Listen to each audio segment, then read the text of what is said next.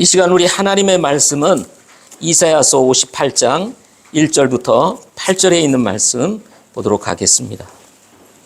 하나님의 말씀의 제목은 포장된 신앙에서 진실한 신앙으로 라는 제목으로 말씀을 같이 나누도록 이렇게 하겠습니다.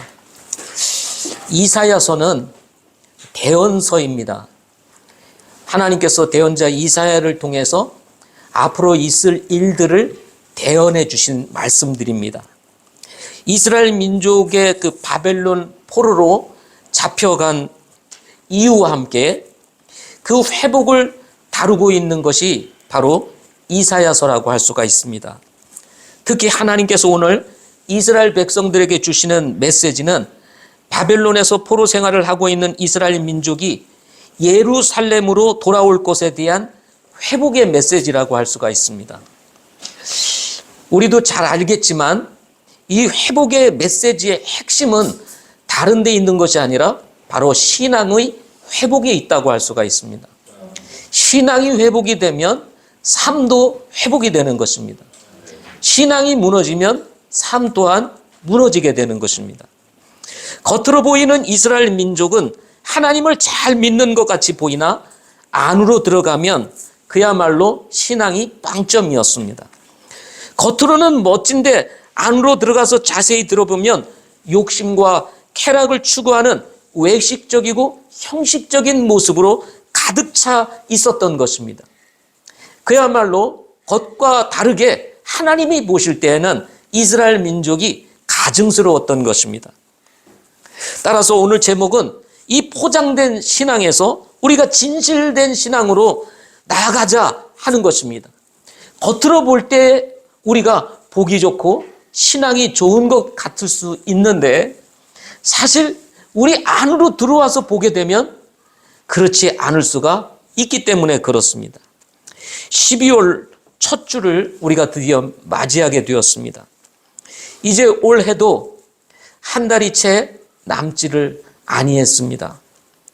2025년도 마지막 달입니다. 이때가 되면 누가 뭐라 하지 않아도 자연스럽게 자신의 삶을 뒤돌아보면서 진지해지게 되고 그리고 무거운 생각들을 가지게 된다는 것입니다. 시간이 지나갔으나 크게 달라진 것이 없거나 표현하기 어렵지만 지난 발자취에 대한 아쉬움이 남기 때문이라는 생각을 가지게 됩니다. 따라서 이렇게 이제 12월 달을 맞이하게 되면 모든 사람이 공통적으로 야, 12월이구나. 벌써 한 해가 다 갔네. 이런 마음들이 들어오면서 좀 더 삶에 대해서, 인생에 대해서, 나의 신앙에 대해서 진지해지게 되는 것입니다. 한 해가 지나고 있다는 것은 그만큼 삶이 짧아졌다는 의미이기도 하지만 우리 그리스도인들에게 있어서는 주님이 다시 오실 날이 가까워졌다는 의미이기도 합니다. 성경 이곳저곳에서 깨어있으라고 경고하고 있는 이유이기도 합니다. 그리스도인들이 지금 이 시대를 살면서 진지해질 수밖에 없는 또 하나의 이유는 시대의 변화를 실감나게 목도하고 있기 때문입니다. 기후환경의 변화와 더불어 윤리가 무너지고 도덕적인 기준이 무너지면서 그야말로 하나님을 떠난 이 세상을 바라다 보면 회복 불능이라는 생각을 종종 가지게 되는 것입니다. 그러나 이보다 우리의 마음을 더 무겁게 하는 것은 우리 한국 그리스도인들의 각자의 신앙 또한 하나님 앞에서 자유롭지 못하다는 것입니다.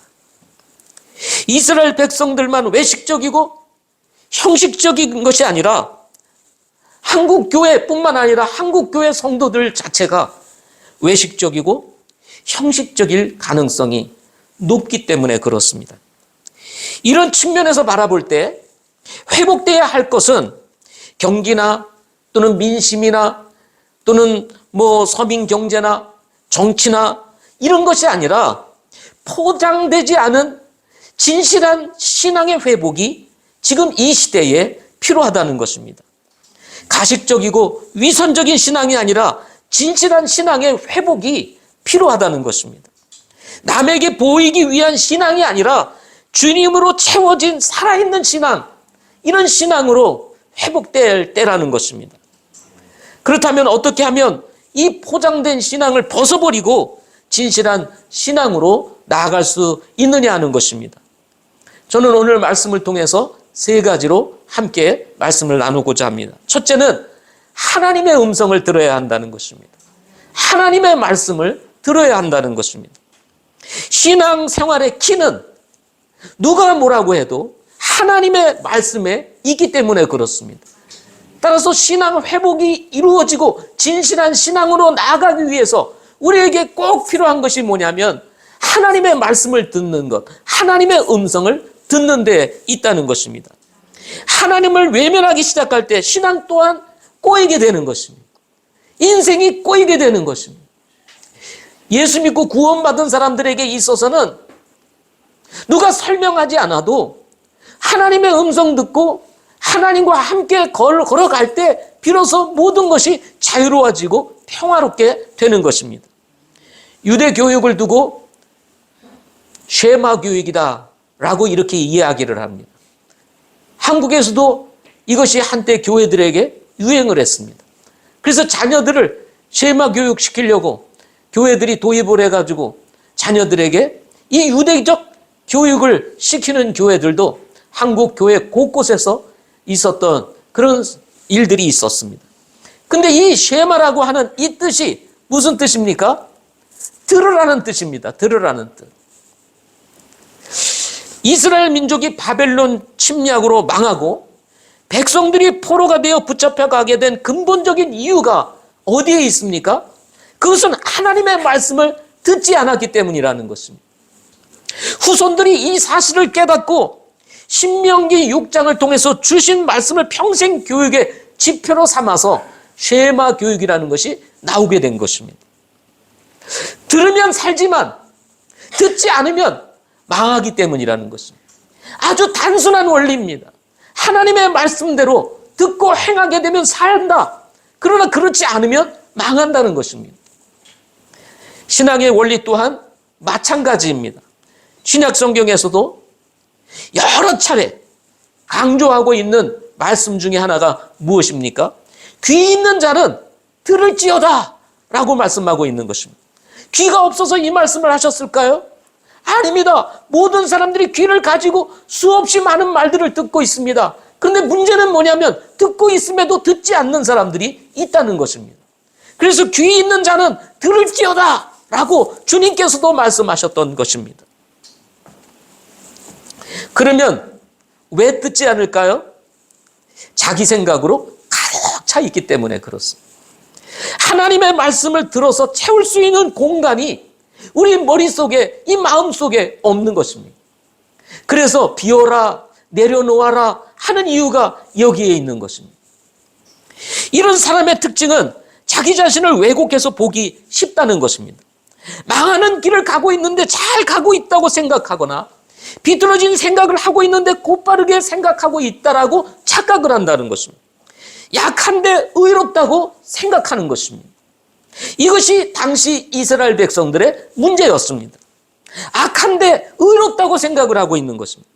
그래서 하나님께서 대언자 이사야를 통해서 말씀하시기를 1절에 크게 외치라. 아끼지 말고 내 목소리를 나팔 소리같이 높여서 내 백성들에게 그들의 범법을, 야곱의 집에게 그들의 죄들을 보여줘라 하고 강하게 말씀하고 있는 것입니다. 왜 그랬을까요? 여러분 2절을 보십시오. 2절을 보게 되면 왜 하나님께서 이 대언자 이사야를 통해서 크게 외치라고 하셨는지를 알 수가 있습니다. 그럼에도 그들은 마치 의를 행하며 자기 하나님의 규례를 저버리지 아니한 민족과도 같이 날마다 나를 찾아서 내 길들 알기를 즐거워하나니 그들이 정의의 규례를 내게 구하며 하나님께 가까이 오는 것을 즐거워하는도다 하고 말씀을 했습니다. 외적으로 보니까, 겉으로 보니까 여기 뭐라고 그랬어요?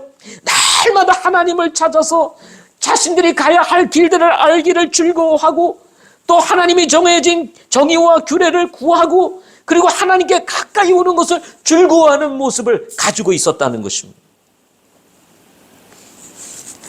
겉과 속이 달랐습니다. 겉으로는 잘 포장되어 있었습니다. 의롭게 포장되어 있었습니다. 신앙으로 아주 멋지게 포장되어 있었습니다. 그런데 안으로 들어가 보니까 아니라는 거예요.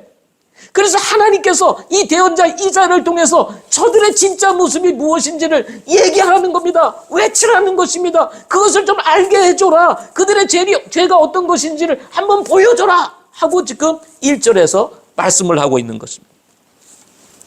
우리도 살다가 보면 종종 우리 느끼고 그리고 경험하며 사는데요. 사랑하는 사람들과 사이에서 가장 힘들 때가 언제입니까?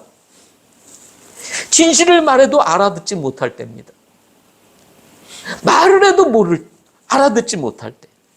자기 생각으로 꽉 차가지고 아니라고 하는데 기라고 얘기하는 겁니다. 생각이 완전히 왜곡되어서 말을 해도 알아듣지를 못하는 것입니다. 자신은 잘 가고 있다고 생각하는 것입니다. 문제가 없다고 생각하는 것입니다. 그러나 객관적으로 보게 되면 문제가 많고 가는 길이 실제적으로 문제가 있는 길임에도 불구하고 이것을 깨닫지 못하고 계속 그 길을 가겠다고 할 때 오죽하면 하나님께서 대언자 이사야에게 크게 외치라, 아끼지 말고 내 목소리를 나팔 소리같이 높이라 이렇게 했겠습니까? 이렇게 소리를 치고 외치는데도 불구하고 알아듣지를 못하는 겁니다. 이렇게 되면요 가슴이 터지고 복장이 터지게 되는 겁니다. 그래요, 안 그래요? 가슴이 터지고 복장이 터지게 되는 겁니다. 오늘 아침에 갑자기 우리 집사람에게 전화가 왔어요. 바로 옆집에 살고 있는 친구의 누님이 전화를 한 거예요. 자기 동생이 지금 몸이 몹시 안 좋다는 거예요. 와보라는 거예요. 와보라는 거예요. 그래 갔는데요. 갑자기 앞이 안 보이는 겁니다. 갑자기 눈이 안 보이는 거예요. 당뇨가 있어서 이런 현상이 몇 번 있어서 병원에 가서 수술도 하고 시술도 하고 약도 먹고 주사도 맞고 그랬는데 관리를 하지 않는 거예요. 그래서 좀 좋아지니까 어떻게 해요? 아, 이 괜찮구나 하고 막 사는 거죠. 먹을 거 만들어 먹고. 그러니까 누님이 하는 말이 관리를 하지 않아서 그렇다고. 우리의 몸 저 안에는 심각하게 문제가 있는데 자신은 이제 괜찮다고 생각을 해서 그냥 하는 겁니다. 그러다 보니 갑자기 아침에 일어났는데 앞이 안 보이는 거에 핸드폰 번호를 누를 수 없을 정도로. 당장 내일 병원을 가야 되는데 데려다 줄 사람이 없다는 거예요. 저희들이 내일 또 일이 좀 있어요. 그래가지고 저희 옆에 게스트하우스에 우리 사촌이 와가지고 한 달 살이 와 있는데 사촌을 통해서 내가 도움을 주겠다. 근데 또 모르는 사람한테 하는 것이 굉장히 부담스럽지 않겠어요? 그래서 제가 내일 스케줄을 변경해가지고 병원을 데려갔다 오는 일을 이렇게 하려고 계획을 하고 있습니다. 우리는 종종 이렇게 착각할 때가 있습니다. 건강하지 않은데 건강하다고 생각하는 거예요. 문제가 있는데 문제가 없다고 생각을 합니다. 자신만만하게 인생을 살아가게 된다는 것입니다. 이스라엘 백성들이 그랬던 것입니다. 그러니 하나님이 보실 때 가슴이 터지고 복장이 터진다 이 말이죠. 여기서 나팔은요, 양뿔로 만든 양각 나팔로 이스라엘 사회에서는 왕이 즉위식이나 종교적 집회 또는 전쟁 상황이나 국가적 위기와 같은 상황을 맞이하게 됐을 때 길게 불어서 사람들을 집중시키고 모이게 하는 데 사용했던 나팔을 일컬어서 하는 말입니다.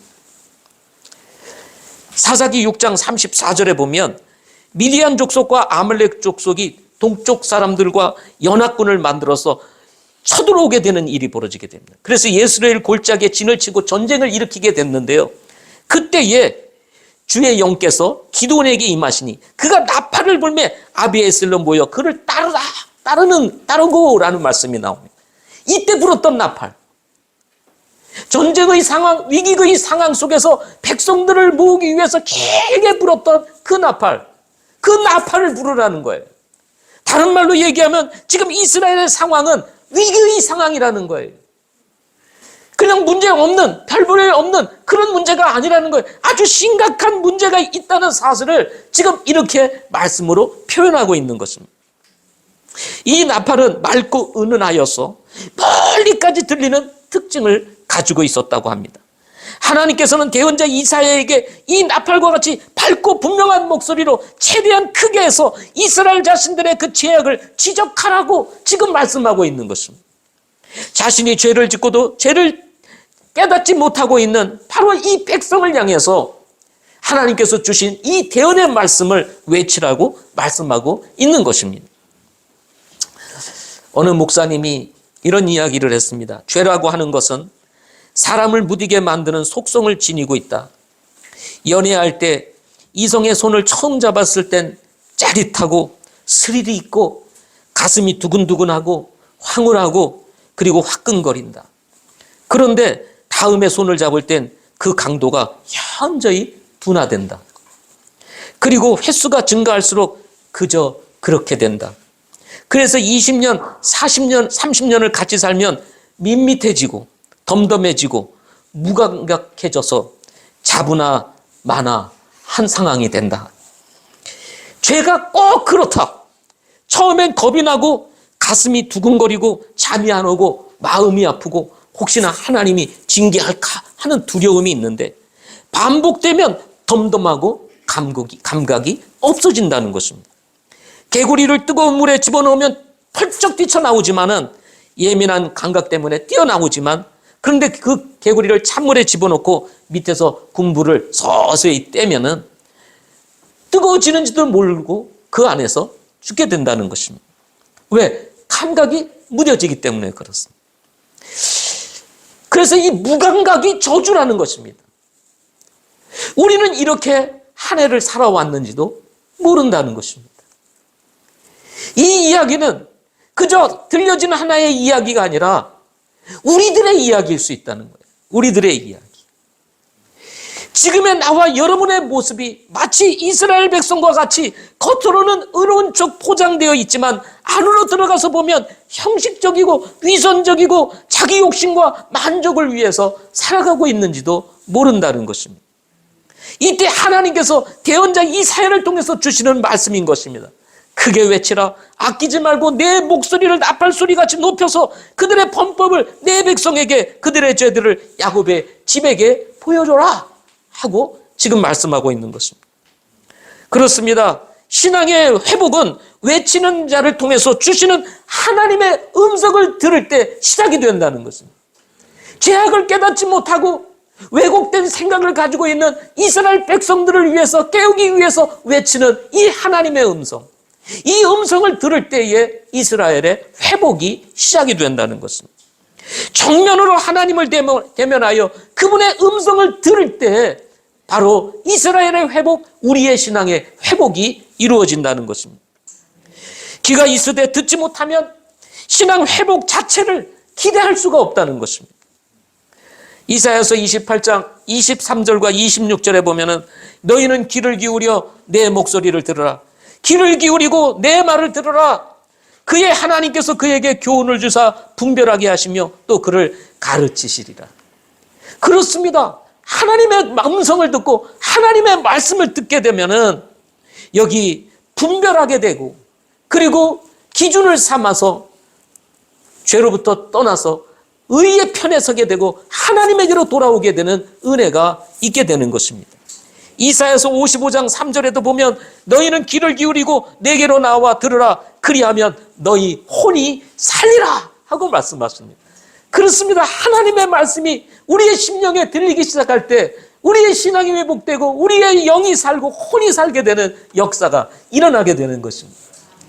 우리 서귀포 지체들이 이 정말 이제 이 마지막 남은 이 한 달의 기회를 통해서 혹시나 우리가 외식적이고 위선적인 모습이 있었다면 그리고 포장된 우리의 모습이 있었다면 이 모든 것들을 벗겨버리고 진실한 신앙으로 하나님 앞에 나아가서 회복을 경험할 수 있는 기회가 될 수 있기를 소망합니다. 두 번째로는 영적인 시야를 가지고 자신을 보아야 한다는 것입니다.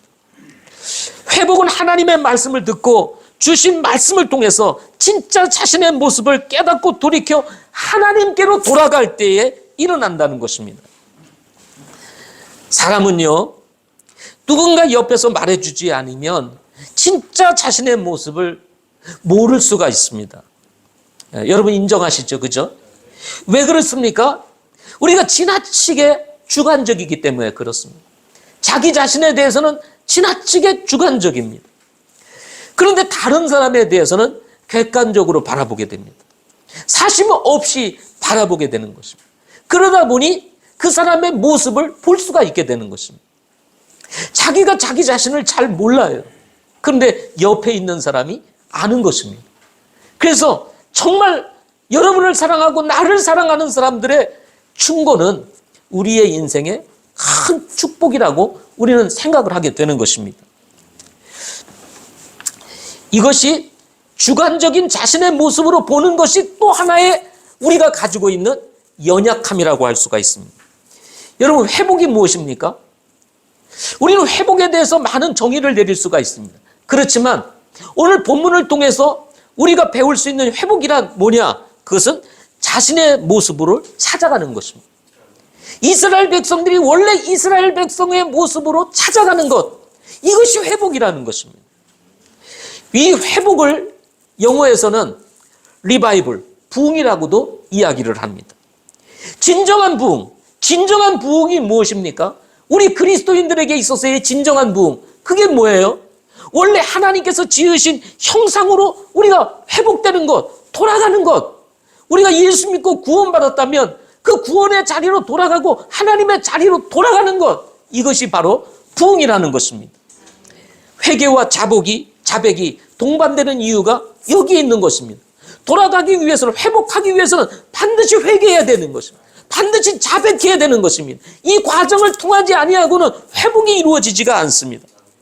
그러면 어떻게 자신의 모습으로 돌아갈 수 있을까요? 여러분, 세상에서는요, 어디에서도 이 방법을 찾을 수가 없습니다. 원래 하나님께서 사람을 지으신 우리의 원래의 모습으로 돌아가려면 인간을 지으신 하나님께로 돌아갈 때에 진정한 회복이 일어나게 되는 것입니다. 진정한 회복이 일어나는 거예요. 하나님 없이는 회복이 있을 수가 없습니다. 사람들은요, 다 포장하며 살아갑니다. 예. 우리 효갑 형제가 저한테 종종 얘기하는 겁니다. 다 꾸미고 살아갑니다. 이 여자들 화장하는 거 다 포장하는 겁니다. 그러면 저한테 얘기를 해.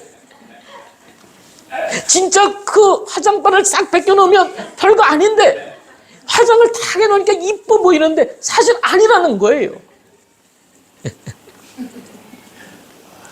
자기는 이렇게도 살아보고 저렇게도 살아보고 참 많은 사람들을 만나는데 다 포장한다는 거예요. 예.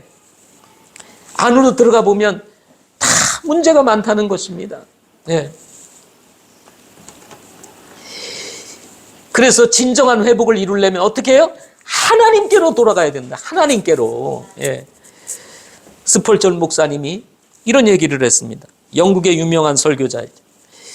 일찍이 이런 말을 하였는데, 우리가 어떤 때는 나는 참 죄인이다, 나는 참 나쁘다, 나는 악하다고 느껴질 때가 있다. 그러나 기억하여라, 당신은 그것보다 더 악하다는 사실을.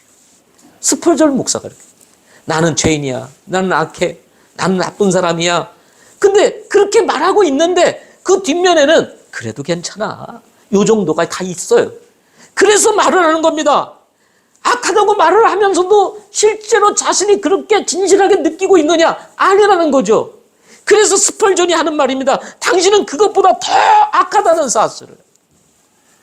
사실 우리가 어떤 때는 나는 죄인이다라고 내 죄를 깨닫고 부끄럽게 알고 탄식할 때가 있다. 그러나 하나님이 당신을 보실 때에는 당신이 생각하는 것보다 더 악한 죄인이라는 사실을 우리가 알아야 한다라고 이야기를 했습니다. 왜 하나님께서 대언자 이사야를 통해 크게 외치라고 하셨을까요? 왜 그들의 죄를 자기 백성에게, 야곱의 집에게 보여주라고 하셨나요? 진짜 자신을 모르기 때문이라는 것입니다. 악한데 의롭다고 생각하니 얼마나 깝깝하겠습니까? 지금 안 되는 일을 된다고 말하니 얼마나 깝깝하겠어요. 여기에 금식을 한다고 하면서 자기들이 이기적인 욕망을 채우기 위해 쾌락을 찾고 자신들이 부리는 일꾼들을 두고는 온갖 수고를 강요하는 파렴치한 사람들이 누구였느냐? 이스라엘 민족이라는 거예요. 뿐만 아니라 겉으로는 하나님을 믿는다고 하면서 안으로 들어가서는 자신들이 가지고 있는 힘을 이용하여 법과 질서를 우습게 생각하고 자신의 목적을 이루기 위해서 수단과 방법을 가리지 않는 사람들이 어떤 사람이었냐면 바로 이스라엘 민족이었다는 겁니다. 예. 하나님께서 이런 백성들에게 참된 금식에 대해서 얘기를 합니다. 우리 금식도 하고 이러니까 금식이 뭔지를 아냐? 왜 하나님 우리가 금식까지 하면서 그런데 하나님 우리를 보지 아니하십니까? 왜 우리에게 듣지 아니하십니까? 이렇게 얘기를 하니까 하나님께서 참된 금식이 뭔지 아니? 하면서 쫙 5절부터 7절에 있는 말씀을 합니다. 한번 보십시오. 사악함의 결박을 풀어주고 무거운 짐을 벗겨주며 학대당하는 자를 놓아주어 자유로이 가게 함으로 너희가 모든 멍에를 꺾는 것이 아니냐? 또 줄인 자에게 빵을 나누어주고 내쫓긴 가난한 자들을 내 집에 드리는 것이 아니냐? 벌거벗은 자를 볼 때 그에게 입히며 또 내 살부치를 피하여 숨지 아니하는 것이 아니냐? 살부치가 뭡니까? 가족들이 오는데 가난한 가족이 오는 겁니다. 뭔가 도움을 바라고 오니까 싹 피해버리는 거죠. 이랬다는 거예요. 누가요? 이스라엘 백성들이. 하나님 앞에서는 아주 거룩한 척 하는데 뭐라고 말합니까? 여기 줄인 자에게 빵을 줘야 되는데 안 주는 거예요. 예? 가난한 자들에게 뭔가 필요를 채워주고 벌거벗은 자에게 입혀야 되는데 그렇지 아니하면서 내가 하나님을 사랑한다고 그렇게 얘기를 하는 거죠. 그래서 하나님께서 지금 이스라엘 백성들에게 이야기를 하는 겁니다. 진짜 금식이 뭔지 알아? 사악함의 결박을 풀어주고 무거운 짐을 벗겨주며 학대당하는 자를 놓아주고 자유롭게 해주는 게 진짜 금식이야 하고 말씀하고 있는 것입니다. 이를 깨닫지 못하고 있으니 하나님께서 대언자를 통해서 이런 자신의 모습을 보라고 지금 하나님께서 대언자 이사야를 통해서 말씀을 하고 있는 것입니다. 왜 사람이 변화되지 않습니까? 왜 바뀌어야 할 사람이 바뀌지 않습니까? 다른 것 아닙니다. 자신의 모습을 못 보기 때문에 그런 거예요. 다른 사람은 몰라도 나는 괜찮다 이렇게 생각을 하는 것입니다. 제가 우리 사역을 오래 하면서 우리 크리스찬 부모들을 이렇게 바라보면서 느끼는 것이 있습니다. 그게 뭔지 아세요? 다 부모들은요 자기 자녀들이 잘 될 거라고 생각을 합니다. 네. 부모 말 잘 듣는다고 생각을 합니다. 그리고 우리 아이는 문제가 없을 거라고 생각을 합니다. 신앙생활 잘 할 거라고 생각을 합니다. 근데 옆에서 보면 아니거든요. 아주 경건한 한 가정이 있었습니다. 우리 교회에. 부모가 정말 아이들을 잘 가르쳐요. 그런데 어느 날 우리 교회 카페에서 우리 형제님들과 자매님들, 집사님들인가 누구랑 얘기를 하는데 옆에 들리는 소리를 보니까 나 유행가도 할 줄 알고요. 누구도 할 줄 알고요. 다 할 줄 알아요. 막 이러는 거예요. 그러니까 그런 거 안 할 줄 알았는데 벌써 이미 학교에 가가지고 아이들하고 놀면서 이미 다 섭렵을 하고 있는 거예요. 집에서는 안 하죠. 부모님 앞에서는 안 하죠. 그런데요, 바깥에서는요, 자유롭게 다 하면서 살아가고 있다는 겁니다. 여러분 속지 마세요. 예. 잘 보아야 합니다. 예. 바울은 한때 자신 안에서 일어나는 내적 싸움의 문제를 두고 심각하게 고민에 빠지게 되었습니다. 원하는 바 선은 행하지 아니하고 원하지 않는 악을 행하는 모습을 보았기 때문이었습니다. 그래서 그는 이렇게 고백을 했습니다. 로마서 7장 23절에 내 지체들 안에서 다른 법이 내 생각에 붙어 싸워 내 지체들 안에 있는 죄의 법에게로 나를 사로잡아 가는 것을 내가 보았도다. 이것이 바울이 가지고 있는 실제 모습이었어요. 선과 악의 싸움에서 악이 자기를 이끌어가고 자기를 지배하고 있는 자신의 모습을 여기 정나나에게 말씀하고 있는 것입니다. 만약에 이런 자신의 모습을 보지 못했다면 그러려니 했을 것입니다. 인생은 다 그런 거야 라고 무심코 넘겼을지도 모릅니다. 그러나 영적인 감각을 가지고 있었던 바울, 예수님을 전격적으로 만났던 이 바울, 주님을 사랑하게 되었던 이 바울은 그렇지 못했습니다. 그냥 넘길 수가 없었습니다. 그런 자신의 내면의 모습을 바라보면서 그는 심각한 고민에 빠지게 되었습니다. 그래서 그는 이 고민을 이렇게 토로합니다. 오, 나는 비참한 사람이로다. 이 사망의 몸에서 누가 나를 건져내랴. 이것이 바로 바울의 진실된 모습이었다는 것이죠. 바울은 자신을 알고 있었습니다. 철저히 영적인 시각을 가지고 자신의 모습을 바라보면서 정말 하지 않아야 될 일을 하고 있는 자신의 모습을 바라보면서 하나님 앞에서 탄식을 하고 있는 것입니다. 그래서 힘들었습니다. 그래서 괴로웠습니다. 이렇게 하나님 앞에 탄식할 때에 그때 하나님께서 바울에게 말씀을 하십니다. 로마서 8장 1, 2절에서 그러므로 이제 그리스도 예수님 안에 있는 자들에게는 정죄함이 없나니 그들은 육신을 따라 걷지 아니하고 성령을 따라 걷느니라. 이는 그리스도 예수님 안에 있는 생명의 성령의 법이 죄와 사망의 법에서 나를 해방시켰기 때문이라 하는 말씀을 듣게 됩니다. 그리스도 안에 정죄함이 없다는 이 사실, 그리고 밀려오는 주님이 주시는 이 말씀에 대한 이 확신, 이것이 바울로 하여금 그 괴로움으로부터 자유케 하시고 잃어버렸던 평안을 다시 되찾게 하는 놀라운 은혜가 주어지게 되는 것입니다. 그래서 그는 감사하게 되었고, 그리고 감옥에서도 그는 주님을 찬양하게 되는 위대한 사도로 자라가게 되었던 것입니다. 회복이 일어났습니다. 부흥이 일어났습니다. 바울이 달라진 것입니다. 언제요? 자신의 진정한 모습을 발견하게 되었을 때입니다. 여러분, 교회 오면은 왜 구원합니까? 심기가 불편하다는 걸 압니다. 예? 구원받지 않은 사람이 여기 누군가 앉아 있으면 자기에게 하는 소리라고 생각을 해서 심기가 불편한 줄 알아요. 그 다음에 안 올 수도 있다는 사실도 알아요. 부담스러워서. 그러나 불편한 마음을 가진다고 해서 여러분 초청을 하지 않을 수 있겠습니까? 여러분이 부담스럽다고 해가지고 말씀을 전하고 나서 정말 우리의 회복을 위해서 하나님 앞에 결단하는 이 초청의 시간을 안 가지겠습니까? 오히려 여러분 부담이 되더라도 그 부담으로 인해서 하나님 앞에 나가게 되고 우리가 정말 변화되고 세워질 수만 있다면 그것이 가치가 있고 의미가 있는 것입니다. 사람을 좋게 하랴, 하나님을 좋게 하랴, 누구를 좋게 해야 되겠습니까? 하나님을 좋게 해야 하는 것입니다. 죄의 문제를 가지고 있는 사람들에게 필요한 것은 평안이 아닙니다. 격려가 아닙니다. 위로가 아닙니다. 칭찬이 아닙니다. 삶을 파괴하고 하나님과의 관계를 단절시키고 인생을 어둡게 만드는 죄를 드러내는 것입니다. 그래서 예수를 믿고 구원받게 하는 것, 그것이 교회의 사명이고 말씀을 전하는 이유이고 우리가 예배를 통해서 하나님께 나아가는 이유이기도 한 것입니다. 비록 아픔이 있고 고통이 따르고 자존심이 상하고 체면이 손상되고 감정이 구겨지는 한이 있어도 자신의 모습을 보고 회개하여 하나님께 돌아가는 것이 축복이라고 믿기 때문인 것입니다.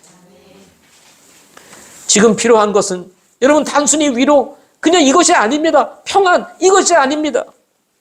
구원이라고 하는 놀라운 회복이 중요하기 때문인 것입니다. 지금 저와 여러분에게도 이런 시야가 필요한 것입니다.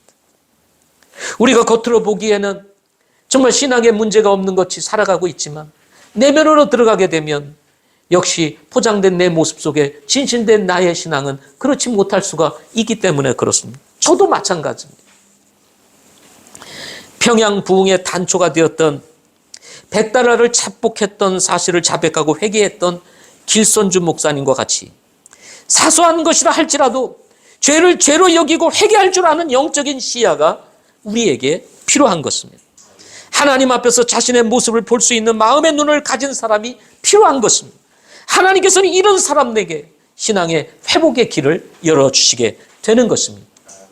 저는 우리 자신을 바라보면서 늘 겸손하게 주님을 섬길 수 있는 우리 서귀포 지체들이 될 수 있기를 소망합니다. 25년도를 넘어 이제 26년도를 향해 가는 이 시점에서 우리가 다음의 내일을 위해서 겸손히 주님 앞에 내 자신을 보고 그리고 정말 잘못된 것을 돌이키고 하나님께로 나아가서 회복의 은혜를 입는 우리 모두가 될 수 있기를 바랍니다. 마지막 세 번째로는 회복을 위한 약속을 믿어야 한다는 것입니다. 회복을 위한 약속을 믿어야 한다는 것입니다. 여러분, 우리가 아는 진리가 하나 있습니다. 그것은 하나님은 복의 근원이시라는 것입니다. 그분은 우리를 철저히 사랑하시는 분입니다.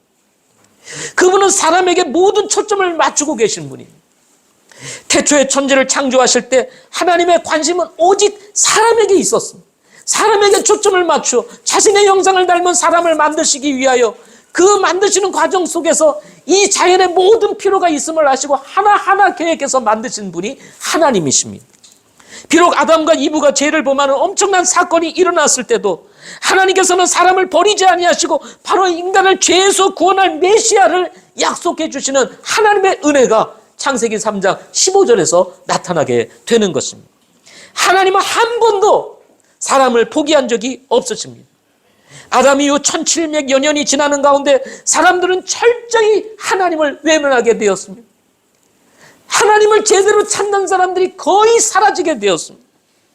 하나님의 아들과 사람의 딸들이 결혼을 함으로 그야말로 사람들이 완전히 혼합된 세상, 세속적인 마음으로 완전히 돌아가 버리고 말았습니다. 더 이상 하나님께서 이 사람들을 두고 볼 수가 없어서 이제는 심판을 할 수밖에 없을 정도로 심각한 상황으로 치닫게 되었습니다. 그러나 그럼에도 불구하고 하나님은 노아라고 하는 한 사람을 통해서 인간을 향한 하나님의 사랑의 끈을 놓지 않았다는 사실을 우리는 성경을 통해서 배우게 되는 것입니다. 비록 이스라엘 민족이 하나님께 범죄하여 징계의 회초리를 들어 바벨론 포로가 되어 가게 하셨지만 하나님께서는 한 번도 이스라엘 민족을 버리신 적이 없으시다는 것입니다. 하나님의 마음은 그들이 정신을 차리고 하나님께로 돌아오기를 원하신다는 것이었습니다. 사람이 이 세상을 살면서 누릴 수 있는 진짜 복은 저 세상에 있는 것이 아니고 위대한 바벨론에 있는 것도 아닙니다. 진짜 복은 하나님께 있기 때문인 것입니다. 하나님께서 오늘 말씀하십니다. 의로움으로 포장된 못된 삶을 버리고 하나님께로 돌아오라는 것입니다. 원래의 이스라엘 민족의 모습으로 돌아오라고 지금 대언자 이사야를 통해서 말씀을 하십니다. 그리고는 회복을 위한 약속을 주십니다. 어떤 약속을 주십니까? 8절 이하를 한번 여러분 보십시오. 일일이 다 읽을 수는 없지만 그 말씀을 한번 쭉 훑어가시면서 보시면요. 내 빛이, 이스라엘 민족의 빛이 새벽같이 터쳐나오겠다 하고 말씀하십니다. 지금은 어두움이 있습니다. 캄캄합니다. 그야말로 고통이 이스라엘을 덮고 있습니다. 그런데 하나님께로 돌아오면 내 빛이 새벽같이 터쳐나오리라. 건강이 신속히 솟구치겠다. 그야말로 고통 속에서 몸도 만증창이가 되어 있는 이스라엘 민족들. 그러나 하나님께서 건강이 신속히 솟구치겠다고 말씀하십니다. 진짜 의가 살아나겠다고 말씀하십니다. 주의 영광에 호의를 하겠다고 말씀하십니다. 내가 부르면 하나님께서 응답하시며 말씀하실 것이라고 말씀합니다. 뜸들이지 않겠다고 약속하십니다. 가뭄 속에서도 내 혼을 만족시키시겠다고 약속하십니다. 내 뼈를 기름지게 하시겠다고 말씀하십니다. 이스라엘 민족을 물된 동산 같게 하시겠다고 말씀하십니다. 물이 끊어지지 않는 물샘이 되게 하시겠다고 말씀하십니다. 무너진 것을 건축하고 많은 세대들의 기초를 일으켜 세우게 하시겠다고 말씀하십니다. 이것이 하나님께서 이스라엘 민족을 위한 약속의 회복의 약속. 돌아오게 되면 하나님께서 어떻게 하실 것인지에 대한 놀라운 약속의 말씀을 주고 있는 것입니다. 그런데 이게 이스라엘 민족을 위한 약속만이 아니라 이 시대를 살고 있는 우리 성도들에게 주어진 말씀이라는 것입니다. 우리가 하나님께로 돌아가고 그분 안에 머물고 우리 자신의 원래의 형상을 우리가 회복하고 사람됨을 회복하게 되면 하나님께서 이 약속을 우리에게 이 시대 가운데서도 이루어 주신다는 것입니다. 이 세상 살아가면서 사람들이 가지고 싶어하는 것들이 있습니다. 그런데 사람들이 사탄에게 속아서 하나님을 버리고 세상에서 취하려고 하니 결국 다 놓치게 되는 것입니다.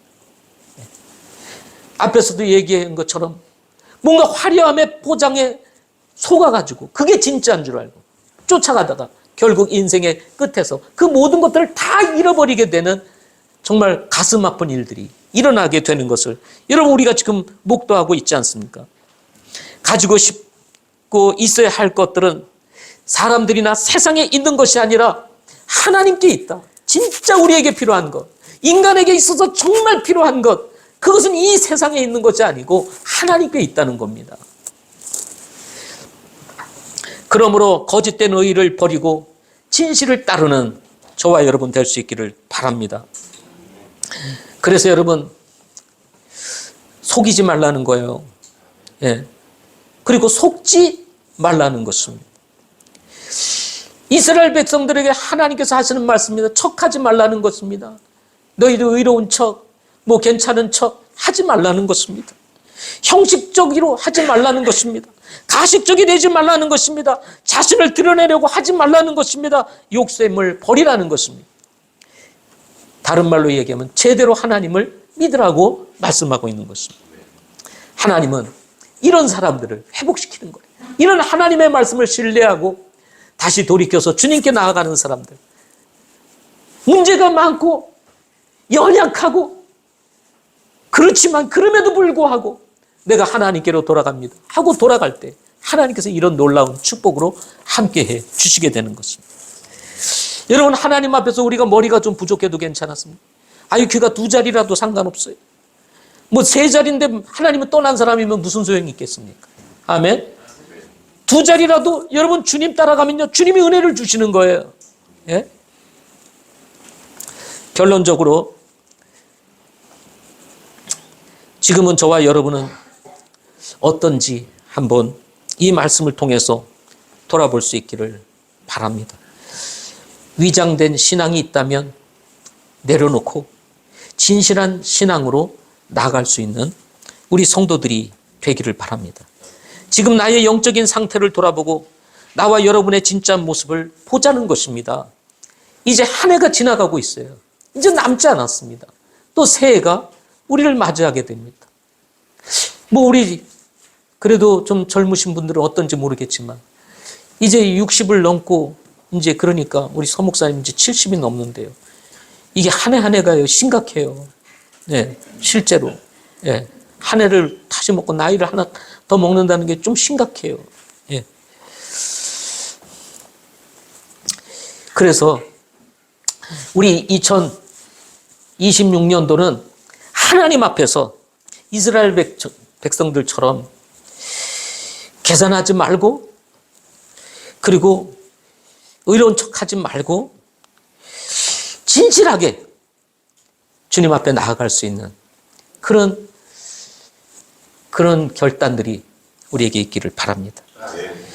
그래서 혹시나 마음에 꺼리끼는 것이나 회복해야 될 영역이 있다면 25년이 지나기 전 여러분 이런 것 내려놓고 신앙을 회복하고 26년도 새롭게 하나님과 함께 새해를 맞이하는 기쁨이 우리 모든 지체들에게 있기를 소망합니다.